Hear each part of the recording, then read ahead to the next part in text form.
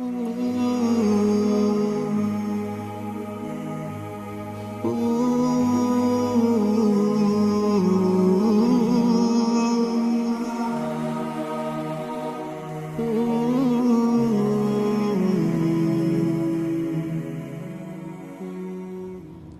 alaikum wa rahmatullahi wa barakatuh. Dear viewers, welcome to our program.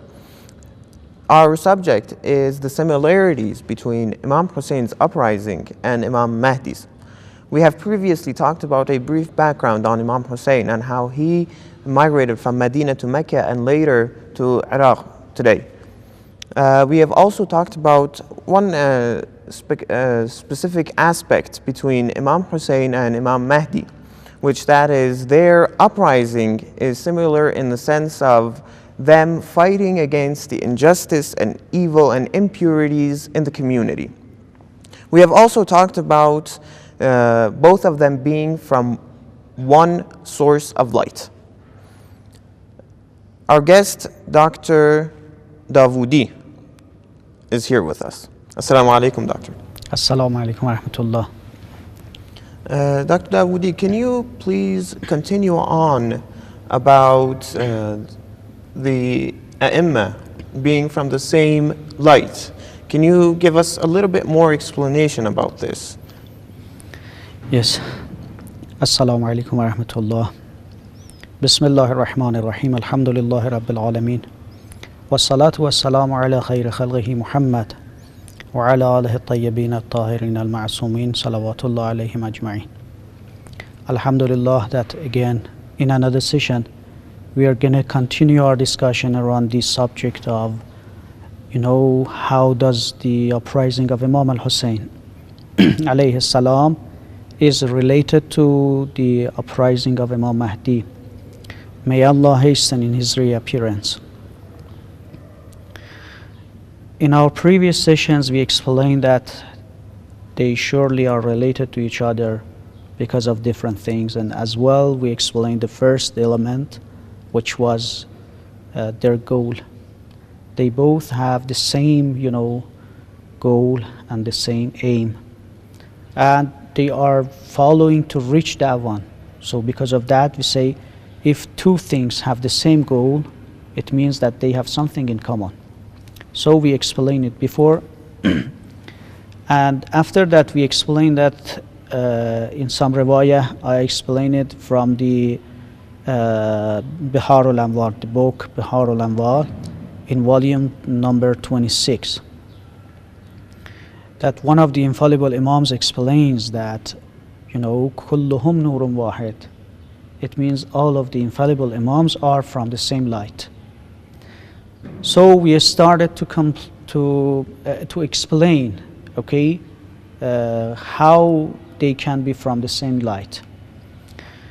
I would have said that Allah subhanahu wa ta'ala has mentioned himself in Holy Quran in different verses that Allahu nuru samawati wal ard. This verse of Holy Quran means the light of the heavens and the earth has come from Allah subhanahu wa ta'ala. So we all know it doesn't mean that the light that we can see, And in another verse in Holy Quran, we read that Allahu yahdi man yasha. It means that Allah subhanahu wa ta'ala is the guidance for everything. So if He is the guidance and if He is the light, it means that light means guidance. Kulluhum nurun wahid means all of them have the same, aim, the same goal. So nurun wahid, from the same light, means that they all have one target. It could be one of the meaning of this narration, this tradition. Another explanation for kulluhum nurun wahid, they all are from the same light. Another explanation could be, for example, if we are talking about Imam Al Hussain alayhi salam and say that Imam Al Hussain alayhi salam did so and did that, it means if Imam Musa ibn Jaffar, Jaffar and Sadiq alayhi salam were instead of Imam Al Hussain alayhi salam exactly at that time, okay, he would have done the same things that Imam Hussain alayhi salam did. So when we say kulluhum nurun wahid, it means that yeah, they have come from in different times. They were living in different period of times, but it doesn't mean that they have different goals or their actions might be different.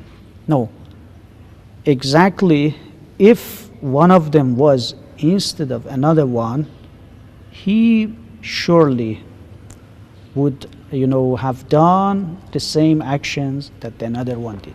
So the first meaning could be guidance as light, and the second one would be that they would do and act the same way if they were in another, if each imam was in another imam's place, considering time and place. Exactly.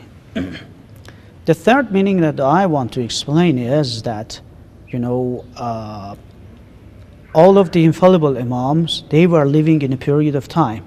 Okay, their situation was different from the another one.